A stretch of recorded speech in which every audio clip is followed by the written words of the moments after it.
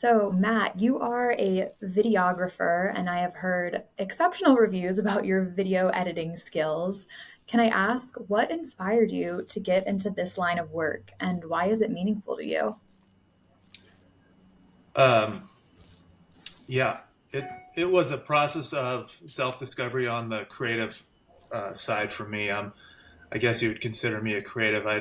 I'm not a good. I do okay on the analytical side of things, um, but I started editing and shooting in Nashville, and it was a result, sort of an outgrowth of sports. And I love sports. Grew up in a sports-related family, um, wrestling, football, baseball, and my dad was a coach.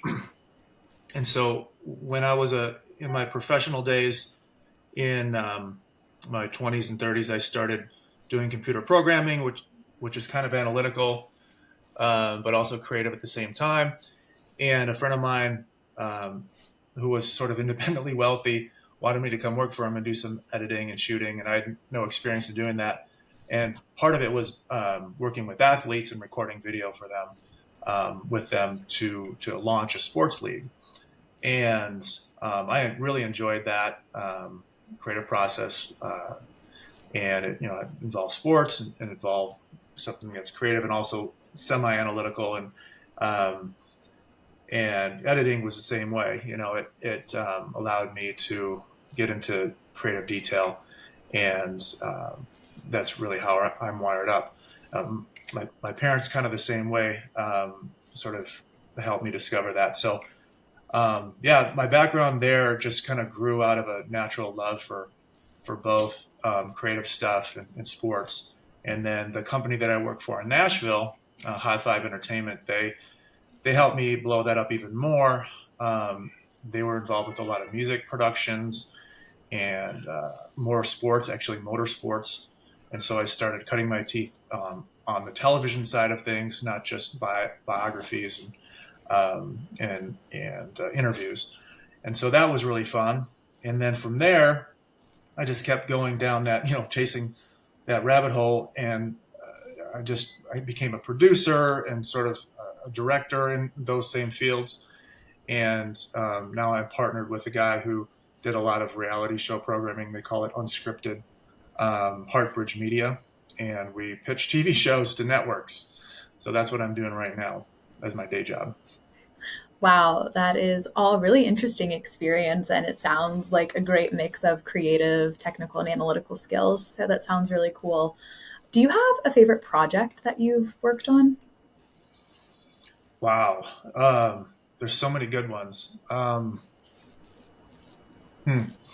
that's a tough question. I wish you would have asked me that in the email. There's so many. It's hard for me to pick just one. Um, there are, there's the docu follows where you're following people in an environment that's very natural and unscripted. Those are great because it takes a lot of work because you're just shooting a lot and then all of a sudden waiting for something to happen.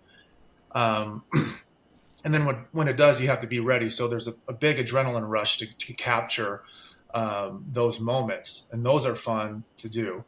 On the editing side, I love to push frames around, they say, and have a little bit of control there with story, and so those two worlds are um, complement each other.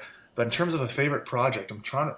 We did this project called God Unearthed a couple years ago, and there was sort of a modern day Indiana Jones who would find these biblical relics and stories in caves um, and these old manuscripts, and he found Paul's old anchor from his ship. The missionary who was lost at sea for a while and managed to find his way onto Crete. And this was in Bible days, and we shot this presentation for the Science Channel and Discovery Science, and they wanted us to sort of uh, tell the story with him in Saudi Arabia, but not in Saudi Arabia because we didn't have the budget for it at the time. So we did everything in California on this big mountain, and it was him and his family climbing this mountain with our crew, and everyone was just a little bit nervous. We had insurance, but we it was just an adventure. That's probably one of my favorite development projects that we pitched to a network. It was a lot of fun. Wow, that sounds really exciting. And I could ask you a million more questions about that specifically. But I also know, in addition to your professional responsibilities, you are also a parent and a family caretaker. Can you tell me a bit about your family? What's a day in your life like? Oh boy. Well, I got married a little later than most, um, and we decided to have a family. My wife, bless her heart, she's a little bit younger than me and a lot more courageous. And she agreed that we're going to have a family. At the beginning, we said, let's go for 3 to 5 kids. We had no idea what we're getting ourselves into. Um, and so I've got a 6, a 4, and a 2-year old. And no, getting married later and having kids later is a mixed blessing. You have the wisdom, and knowledge that you've had to this point that you can instill in them, but you don't have the energy that you would if you're, younger. So that's the everyday dynamic, is sort of balancing my energy levels with theirs, um, and then, trying to also give them the wisdom that I have, so they don't make the same mistakes. That, I guess, that's probably every parent's hope. Um, and then on the other side, on the caretaking side, on my mom is approaching her 80s, and she's very healthy, thankfully, but she did have some issues a few years ago that she had to battle. Um, and we talked extensively about what the solutions might be. They were pretty serious. She had some really bad back issues that were affecting her quality of life. And so my brother and I put our heads together. She sought out the best care. She went to some, major institutions to try and figure out what was best for her. And she didn't want to do what the doctors were prescribing because they sounded too scary for her. And in that process, she started to discover things that she was doing wrong all her life. And she would share, she always sends us an email about these things, whether it's a new supplement or a new protein shake or a new exercise. And my brother and I were getting a little overwhelmed. But it was this new process of just self-discovery, and she was finding solutions. And so we would continue to encourage her in that process. And now she's completely healthy, and we're just like, wow. And that was a remarkable thing to see her do. Thank you so much for sharing about your family. It sounds like you have a very busy household, good household, but a busy household. And I'm so glad to hear the improvement, the progress your mother has made. That's truly incredible. And it had led you to write a book, right? Called Give Me Strength, Strength and Conditioning Training for Seniors Over 60. How does a videographer transition into an author? How did that happen? Can you walk me through? Sure. So I'm assuming a lot of people found side hustles and moonlighting gigs during the pandemic. I was no exception. So that was an outgrowth of that. The production world sort of shut down during those years, and I was taking the minivan into a routine checkup, and I think we had to have some tires put on. So I had some extended time to spend in the shop, repair shop, and I just started working, and I was on YouTube and found this ad on how to write your own books. And so I kept going down that rabbit hole, and a couple days later, I purchased the course and learned how to write. And in that course, they teach you how to pick a niche that you like and are passionate about. The first one was parenting that I wanted to go into. I really wanted to become this parent brand.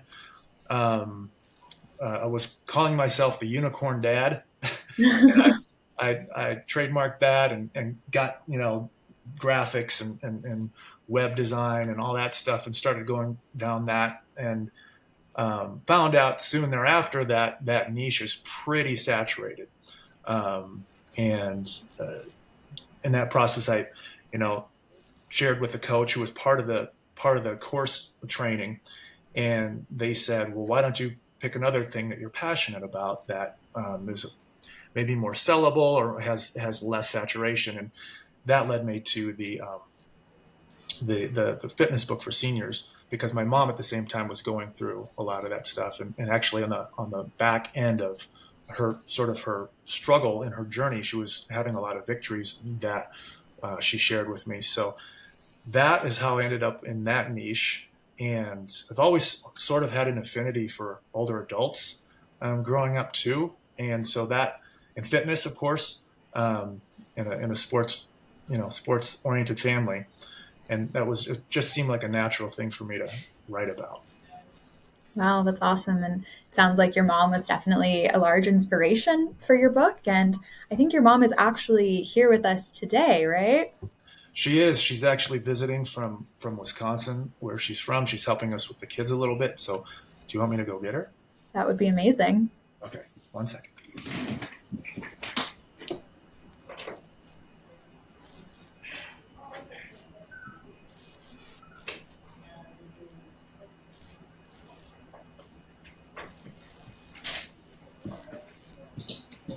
All right, she'll be here in just a second. All right. And her name, is it Nancy? Nancy. Yep. Nancy, okay. Hello. This is Leah. Hi, Leah. Hi, Nancy. It's wonderful to meet you. Thank you so much for coming on. Oh, you're welcome. I'm glad to do it. Well, amazing. I will jump right in. It's Okay. currently recording, but we'll edit it at the end. So Okay. no pressure. But hi, Nancy. Thank you so much for joining us. Can you tell us a bit about your health story and how it all began? Wow. I guess the beginning of it was when I sold my condo, sold my house to move into a condo, and it was a lot of work involved, from a 9-room house to just a 2-bedroom condo, and it was a lot of work to do, and I just did it on my own. It took me time, but through that process, I discovered once I moved that my back something was really wrong with my back, and I couldn't walk very far. I couldn't take my normal 2-mile walks, and I couldn't stand in line in a store without having to shift back and forth. Something was wrong with my back. So I checked with my regular doctor, had x-rays, MRIs. A long story short, I wound up at Mayo Clinic for an assessment, in addition to my own. I keep looking at myself, and I don't want to do that. I want to look at you. I keep looking. Well, anyway, I'm nervous. Don't be nervous. You're doing amazing. I'll edit all this stuff out. Okay, good. Through all the consultations that I had, they were suggesting surgery, drugs, and it just scared me. I didn't want to go that route. So I started researching online, of course, and decided to go a holistic way and an exercise way. So I started an exercise program online for seniors, and set up a daily. Well, it didn't initially. It wasn't daily. I tried to make it daily, but it just didn't happen. But over a course of time, I guess it was maybe 3 years with exercise. I did do some physical therapy. I did some acupuncture. I did some disc decompression, all holistic, untraditional medical ways of correcting what I needed to correct. And whatever I did, the combination worked. And I just so thrilled that I don't have any pain now. I can walk again. I do have a little problem with my left leg, kind of a drop foot sort of thing, but I can live with that. It's not painful, and so it's a joy to be able to carry on life without having pain. And I think the real crunch came a couple days ago. I took a spill Oh, no. and I landed on my shoulder and my right shoulder. I'm right-handed and elbow, and I feel great. Nothing, nothing's broken. It's a Good. little sore, but I can deal with that. And I think that's proof um, that what I've been doing is really working. I do stretches every morning. I do a workout every day, about a 30-minute workout, and various, low impact exercises. And Yeah. Thank you so much for sharing your experiences. Your back pain sounds like it was very intense and was limiting the way that you wanted to live. And I'm so glad to hear that you are feeling much better now. You mentioned being a little scared to go the traditional route that your doctors were recommending. You mentioned surgery, drugs, injections. Can you speak a little bit as to why those options sounded scary to you and why you were motivated to seek an alternative route? well, first of all, the surgery was not a guarantee. Um, you hear stories of people that had back surgery, yes, but it hasn't helped. And so that, cutting in like that and fusing my back, it just didn't sound something I wanted to do. And injections might have been a possibility, but I wanted to, it's kind of a last resort. Um, and I did refuse medications. So I'm not on any medications. And I don't know if that answers your Well, question. some of Yeah, those things work for Yeah, people. they It's do. just there are side effects to a lot of to anything that you're putting into your body. Anything that you're doing to affect your skeletal system. To the drugs that you put or the vitamins that you put in your body. So, though I think those were the fears that you had most. The unknown. You know. Right. right. And previously to this particular health journey, I had been given a medication for my bones, and I found out or a medication for a condition that I had, and I found out that medication was bad for my bones. So I slowly went off of that, and I looked for other ways to strengthen my bones, and I thought the exercise was a good one, and the food, my diet changed considerably because I went to more plant-based diet and took in a lot of more. I was more cognizant of the good nutrition that I really needed. Although I've always been a good eater, but you know that just made it more intense for me. It's a combination of everything. I think the exercise, the physical therapy things that I had done, and the nutrition. So and a better outlook Yeah. and more excitement in my life. Right. And I want to clarify that Carrie Yaya is not advocating people to go against the medical advice of professionals. However, as you've mentioned, I do think there's a much more holistic approach to healthcare that people can take and should look into. And as a patient, you retain autonomy in your medical decision making process. And I'm really glad that these alternative methods have been successful for you. Once you started this exercise regimen, were you seeing results immediately, or did it take a bit of time and dedication to start seeing improvements in your pain? I can't really say. I just noticed that I started having more energy, and I can't say when that happened, but I had more energy and was not, exhausted by the end of the day. And just something caught on. I caught on that, hey, something's different. What I'm doing must be working. And it helped to read success stories of other people online that had overcome a difficult situation by, trying some untraditional methods. And I think these untraditional methods are becoming more traditional now. Right. Yeah. So reading other people's stories motivated you throughout the process.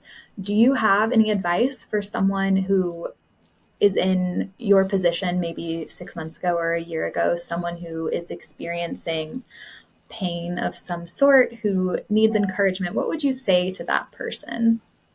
Well, do your research on exercise and also try to find a program that you can work with. And start out slow. Don't expect to do great things in just a short amount of time.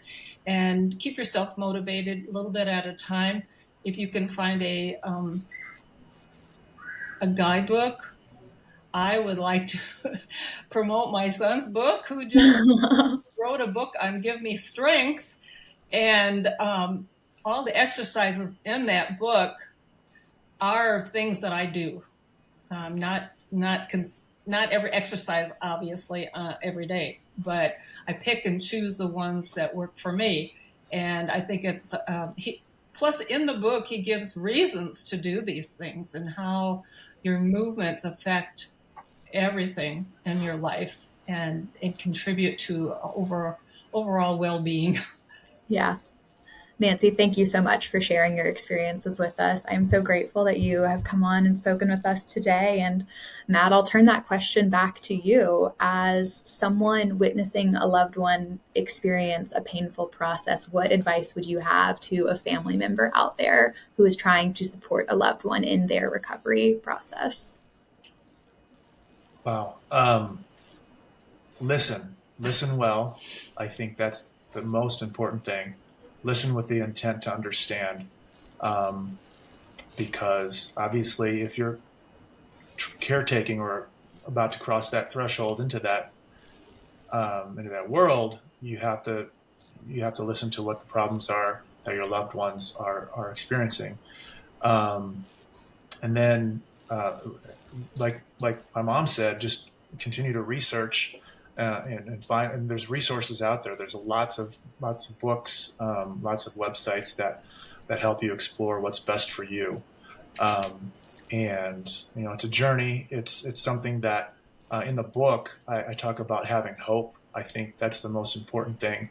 As people start to get older, a lot of them lose hope, and there's no reason to, because medicine, health, um, resources that are available these days. It's amazing, and there's no reason why we shouldn't be hopeful for the future and taking care of our bodies. And my mom's proof that if you take control and you start to care about your health and um, I told her we used to get about an email a day from you, all these new things that you'd find out, and it was fun eventually.